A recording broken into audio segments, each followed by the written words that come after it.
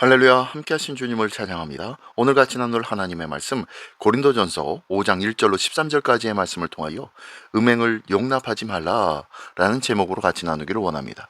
자, 오늘 본문에서 고린도 교회에는 아주 심각한 문제가 있었습니다.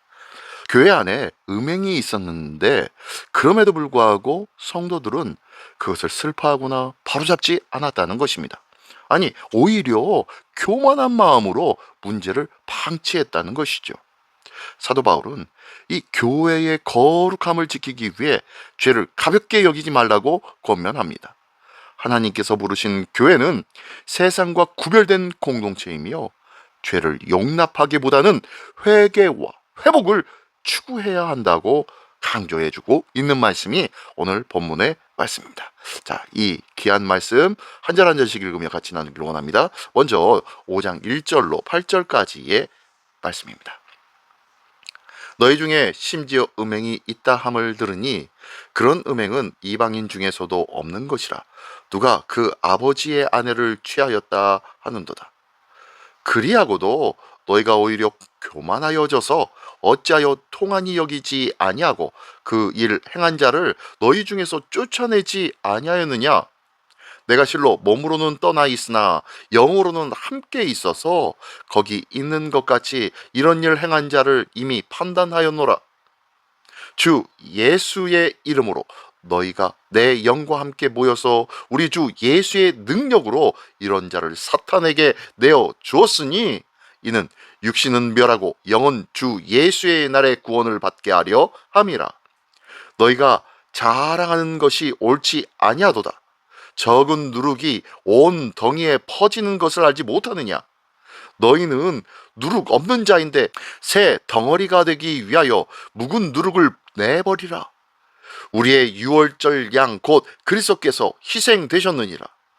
이러므로 우리가 명절을 지키되 묵은 누룩으로 말고 악하고 악의에 찬 누룩으로도 말고 누룩이 없이 오직 순전함과 진실함의 떡으로 하자.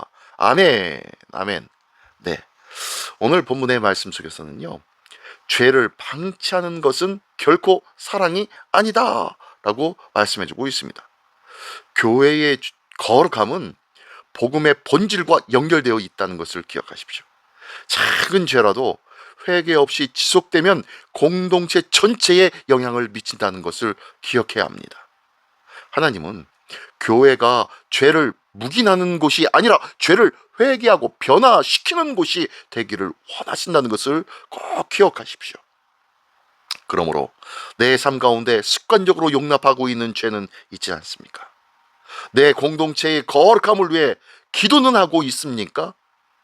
죄를 가볍게 여기기보다 회개와 순종을 선택하며 하나님의 거룩함을 유지하는 아름다운 믿음의 공동체요, 가정이요, 우리의 심령이 되시기를 예수님의 이름으로 축원합니다. 네, 계속해서 볼까요? 9절부터 13절까지의 말씀입니다. 내가 너희에게 쓴 편지에 음행한 자들을 사귀지 말라 하였거니와, 이 말은 이 세상에 음행하는 자들이나 탐하는 자들이나 속여 빼앗는 자들이나 우상 숭배하는 자들을 도무지 사귀지 말라 하는 것이 아니니, 만일 그리하려면 너희가 세상 밖으로 나가야 할 것이라. 이제 내가 너희에게 쓴 것은 만일 어떤 형제라 일컫는 자가 음행하거나 탐욕을 부리거나 우상 숭배를 하거나 모욕하거나 술 취하거나 속여 빼앗든지 사귀지도 말고 그런 자와는 함께 먹지도 말라 함이라. 밖에 있는 사람들을 판단하는 것이야 내게 무슨 상관이 있으리오마는 교회 안에 있는 사람들이야 너희가 판단하지 아니하랴. 밖에 있는 사람들은 하나님이 심판하시려니와 이 악한 사람은 너희 중에서 내쫓으라. 아멘. 그렇습니다. 사도 바울은 세상 사람들과의 관계를 끊으라는 뜻이 아니라 형제라 불리면서도 음행과 탐욕과 우상숭배와 악한 삶을 지속하는 자들, 그러한 자들을 경계하라고 말씀하고 있는 거예요. 교회는 세상을 심판하는 것이 아니라 먼저 공동체 안을 살펴야 할 줄 믿습니다.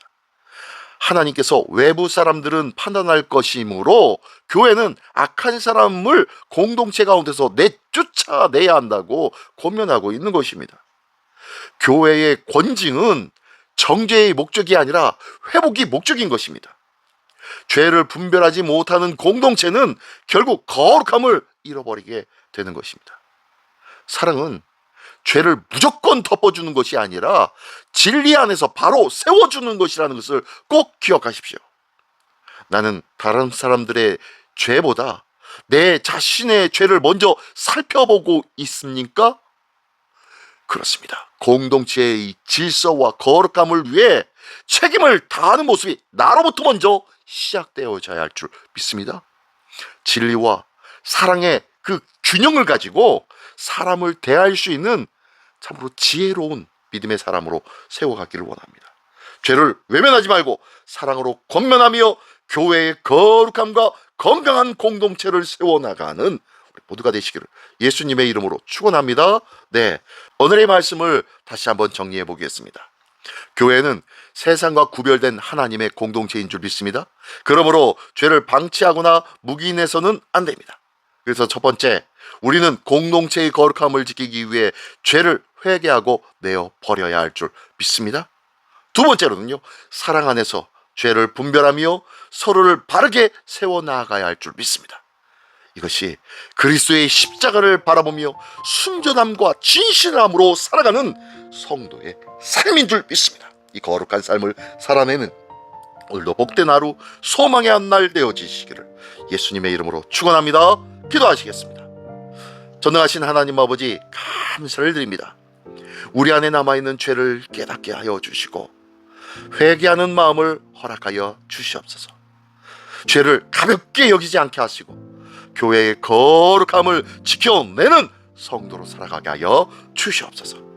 진리와 사랑으로 서로를 세워나가게 하여 주시며 예수 그리스도의 십자가를 바라보며 순전함과 진실함과 거룩함을 세우며 살아가는 하나님의 백성으로 살아가게 하여 주시옵소서. 오늘도 우리의 거룩함과 온전함의 길이 되어주시고 본이 되어주신 예수 그리스도의 이름으로 감사하며 기도드리옵나이다. 아멘.